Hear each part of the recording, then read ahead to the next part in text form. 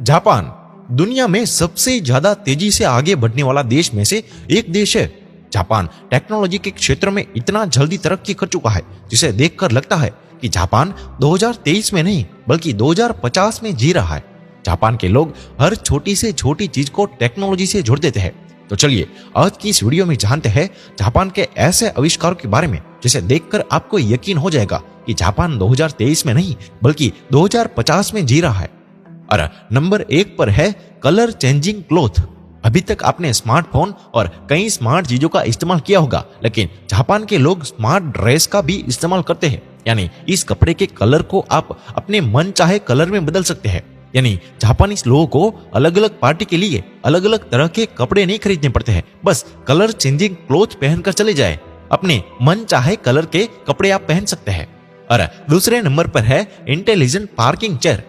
Japanese लोग अपने office में बहुत ही स्मार्ट और आर्टिफिशियली इंटेलिजेंट वाली चेयर को यूज करते हैं। यह दुनिया की पहली ऑटोमेटिक चेयर है।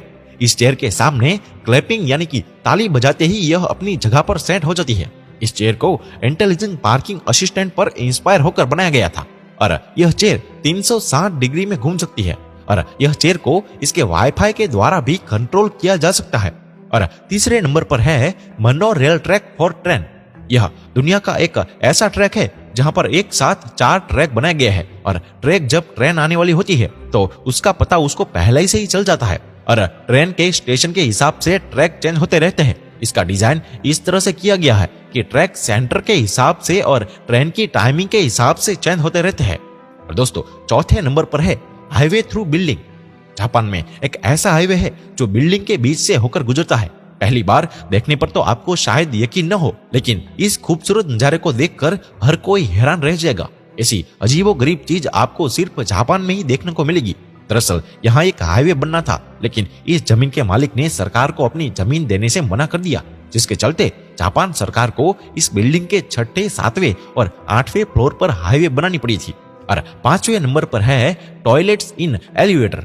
दुनिया भर में ऑफिस बिल्डिंग और होटल रूम में जल्दी पहुंचने के लिए एलिवेटर्स लगे हुए होते हैं, लेकिन जापान के इन एलिवेटर में टॉयलेट की भी सुविधा होती है, क्योंकि कभी कभार अचानक बिल्डिंग में लाइट चली जाती है। ऐसे में लिफ्ट में फंसे लोगों को परेशानी ना हो, इसलिए एलिवेटर में भी टॉयलेट की सुविधा दी गई है।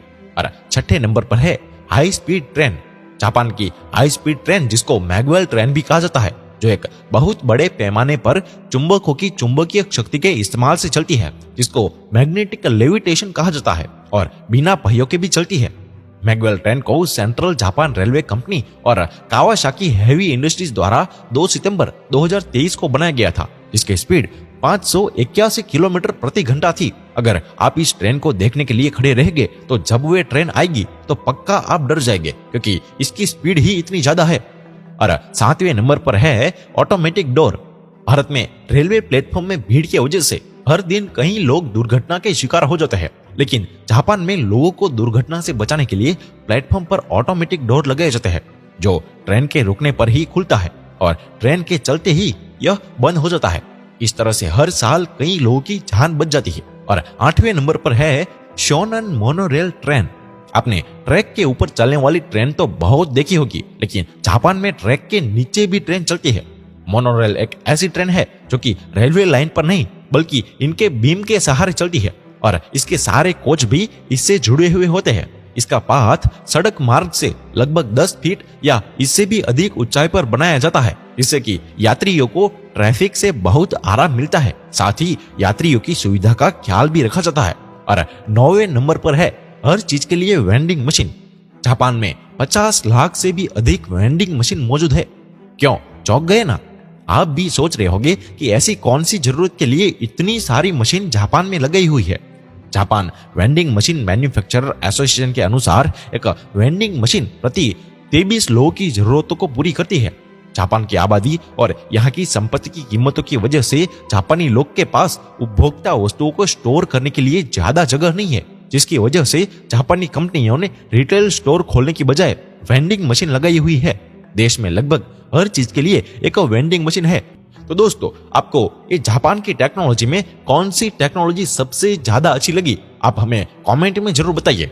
और दोस्तों, आपको ये हमारी वीडियो अच्छी लगी हो तो इसे ज्यादा से ज्यादा लाइक करें, शेयर करें और हमारे पेज को फॉलो या सब्सक्राइब करना ना भूलें। धन्यवाद।